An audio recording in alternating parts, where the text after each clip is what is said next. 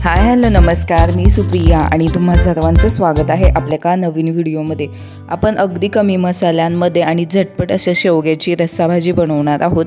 त्यासाठी एक वाटण वाटून घ्यायचं आहे। थोडीशी कोथिंबीर घेतली, जवळपास 2 चमचे सुकं खोबरं घेतलेलं आहे, आलं आणि लसूण इतकंच साहित्य आहे। याची पेस्ट बनवून घ्यायची आहे। तुम्ही पाणी हवं तर वापरू शकता पेस्ट बनवताना। आणि आपलं वाटण आता तयार आहे। दुसरीकडे फोडणी देऊयात। कढईमध्ये तेल गरम करून घेतलं, यामध्ये जिरं आणि कढीपत्त्याची फोडणी देऊन घ्यायची आहे। जर तुम्ही मोहरी वापरत असाल तर मोहरी देखील टाकू शकता। आणि छान मोहरी आणि जिरं तडतडलं फुललं की यामध्ये आपल्याला कढीपत्ता टाकून घ्यायचा आहे। त्याचबरोबर यामध्ये आपण सुके मसाले देखील टाकून घेणार आहोत। हळद पावडर, लाल तिखट आणि त्याचबरोबर थोडासा गरम मसाला देखील तुम्ही यामध्ये वापरू शकता। लाल तिखट तुम्ही ठेवणीतलं मसाला वापरला तरी देखील चालेल। आता मस्त हे मिक्स करून झाल्याच्या नंतरनं यामध्ये आपण जे वाटण वाटलेलं होतं ते टाकून घ्यायचं आहे। आणि वाटण वाटल्याच्या नंतरनं मिक्स करून घ्यायचं। थोडंसं पाणी टाकून घ्यायचं आणि झाकण ठेवून हे वाटण छान शिजवून घ्यायचं तेल सुटेस्तोपर्यंत। ही जी प्रोसेस आहे ती तुम्ही 1 ते 2 वेळा करू शकता, जेणेकरून काय होतं, जो आपल्या मसाल्याला वाटणाला जो कलर आहे तो खूप छान येतो। आता मी जवळपास 2 ते 3 वेळा पाणी टाकून तेल सुटेस तोपर्यंत मसाला भाजून घेतला।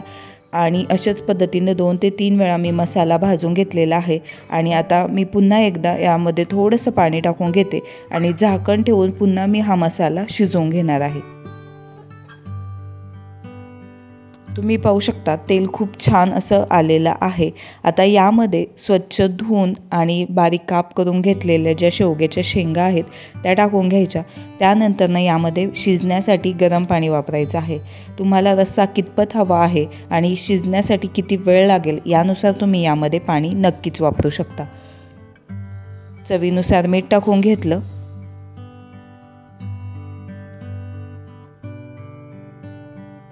आता मिक्स करून झाल्याच्या नंतरनं झाकण ठेवून शेवग्याच्या शेंगा शिजस तोपर्यंत आपल्याला हे शिजवून घ्यायचं आहे।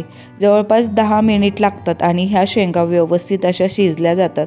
ज्यावेळेस तुम्ही अशा पद्धतीने भाजीतच शेंगा शिजवून घेता त्यावेळेस त्याची चव खूप वेगळी लागते। तुम्हाला जर गडबड असेल तर तुम्ही कुकरमध्ये शेवग्याच्या शेंगा शिजवून देखील घेऊ शकता।